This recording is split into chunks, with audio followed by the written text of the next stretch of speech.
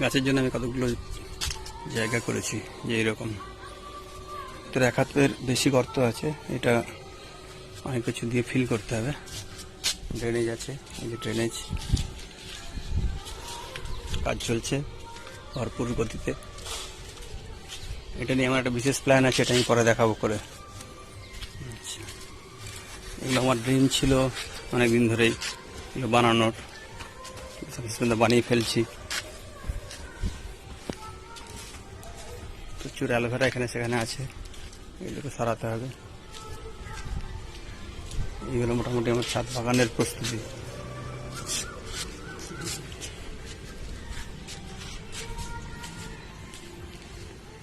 এগুলো খুব শীঘ্রই চেঞ্জ হয়ে যাবে, দেখাবো সামনে।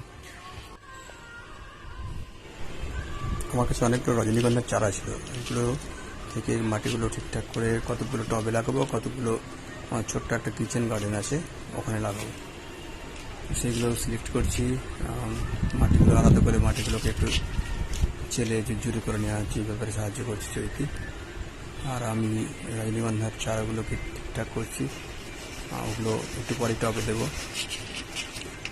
খানিকটা মাটি আমার রেডি করাই আছে। এটাতে একটা ছোট্ট চৌবাচ্চা ঠিক না, কুয়োর মতো আছে, ওখানে জল আছে, যেগুলো এখন রাজমিস্ত্রিদের কাজে লাগছে, কিন্তু ওটাকে আমি একটা আলাদা রকমভাবে ওটাতে গাছ লাগাবো, সেটা একটা প্ল্যান আছে আমার পরে। আর পেছন দিকে তো চৌবাচ্চার মতো যে সেটগুলো করা আছে, ওইগুলোতে ছাদ বাগান হবে আমার, ওখানে অনেক রকম গাছ হবে। সেই যেখানে আমার মাটি আছে, আরও অন্য জিনিসপত্র এখানে আছে। তো এখান থেকে মাটি নিয়ে আমি কতগুলো টব আনিয়েছি, ওই টবগুলোতে ভরে ওখানে চন্দ্রমল্লিকা আগের দিন লাগিয়েছিলাম, এবার রজনীগন্ধা লাগাবো। তো মাটির সাথে কোকোপিট দেওয়া আছে, আর নিম খোল দেওয়া আছে, গোবর সার, আর একটু ফাঙ্গিসাইড, এগুলো আগের দিন দেখিয়েছিলাম। এগুলো সব মাটিগুলো ভরছি আমি টবে। আর এখন ছবি তুলছে আমার মেয়ে মিমি, ও সবসময় থাকে, যখনই কোনো কাজ করি ও আমার সাথে থাকে। ওর উৎসাহ প্রচুর বেশি, ও হেল্প করে। বাচ্চাদেরকে এসব কাজে হেল্প করতে দেখলে খুব ভালো লাগে আমাদের, একটু আমরা যেন ডাবল এনার্জি পাই।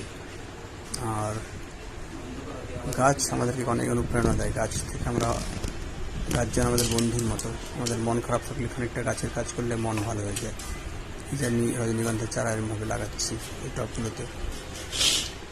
এক একটা টবে 2-3টে করে গাছ একসঙ্গে থাকছে, বেশি গাছ নেই, যেগুলো একটু সতেজ। আর যেগুলো একটু দুর্বল হয়ে গেছে, এগুলো আমি নিচে বাগানে লাগাবো, কিচেন গার্ডেন আছে একটা ছোট্ট। তো সব কিছু ওখানে মিশিয়ে দরকার মতো নিয়ে নিচ্ছি। টবে আমি একটু কোকোপিট দিয়ে এগুলো লাগাচ্ছি। কোকোপিট কি আগেই দেখিয়েছি আগের। কোকোপিট হচ্ছে নারকেল ছোবড়া থেকে বানানো শুকনো এক ধরনের জিনিস, যেটা খুব হালকা আর জল ধারণ করে রাখছে। টবের জন্য খুব ভালো কোকোপিট, টব হালকাও থাকে আর জল ধারণ করে রাখে, মাটিটাকে ঝুরঝুরে রাখে। প্রতিটা গাছে আমি এই টবে যেগুলো লাগাচ্ছি ওগুলোতে যথেষ্ট পরিমাণে কোকোপিট দিচ্ছি, গোবর সার, মাটি, বালি সব কিছু মিক্স করে লাগাচ্ছি। দেখুন আমি 5-6টা টবে রজনীগন্ধা লাগাবো।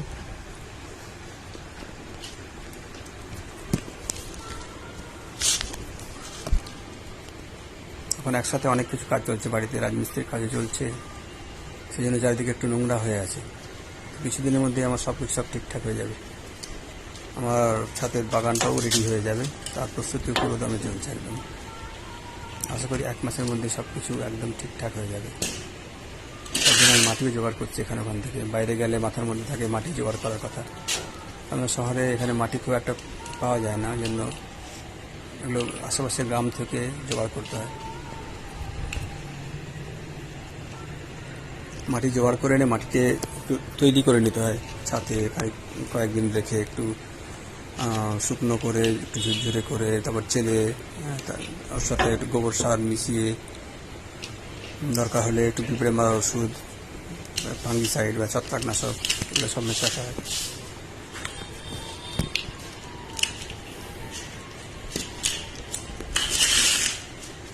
আপনারা ভাবছেন যে ব্যায়াম ছেড়ে দিয়ে কেন আমি গাছ নিয়ে করলাম। আসলে গাছটা আমার ভালোই লাগে, সব দিনই গাছ ভালোবাসি আমি। আগে টবে খুব বেশি করতাম না, এমনি বাগানে করতাম। তো এখন টবে শুরু করেছি। আগে যেহেতু বাড়ি একতলা ছিল, নিচের বাগান টাগানে বেশি করতাম, এখন দোতলার উপরে উঠে গেছি। তো এখন টবেই বেশি করি আর কি। বাগানের কিছু সবজি টবজি লাগানো আছে। এরকম মিমি আমাকে যথারীতি যেরকম বলি, মিমি সবসময় হেল্প করে আমাকে। ওখানে দুটো পিস লিলি গাছ একটু দুর্বল হয়ে গেছিলো, ওদেরকে আমি অন্য টবে রাখছি। এরকম করে তুলতে হয় যে আমি এমন করে তুলছি। পিস লিলি গাছ বেশি রোদের দরকার নেই, ওরা মোটামুটি কম, যেখানে আলো কম সেখানে ওরা খুব সুন্দরভাবে থাকে। একটু ঠান্ডা নিচে কিন্তু পাথর দেওয়া আছে, আর বেশি রোদে রাখলে ওদের খুব ক্ষতি হয়। পাথর দেওয়া আছে, আমি দেখতো। মিমি আমাকে সবসময় হেল্প করে সব কাজেই, সবসময় সাথে থাকে। এটা খুব ভালো ফিলিংস। আর আপনি যে কাজটা করবেন, আপনার ন্যাচারালি আপনার ছেলে মেয়ে তাতে আকৃষ্ট হবে, এটা তো খুবই স্বাভাবিক। ওই জন্য বলেন আপনি আচরি ধর্ম পরের শেখায়, সেই টাইপের ব্যাপারটা। নিজে করলে যে কাজটা করবেন ওটাতে সন্তানেরা তাদের প্রতি ন্যাচারালি আকৃষ্ট হবে।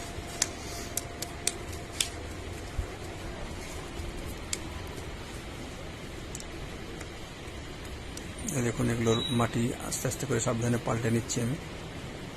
পাল্টে ওই মাটিটা রেখে দিচ্ছি, আমার তৈরি করা মাটিটা আমি দিচ্ছি।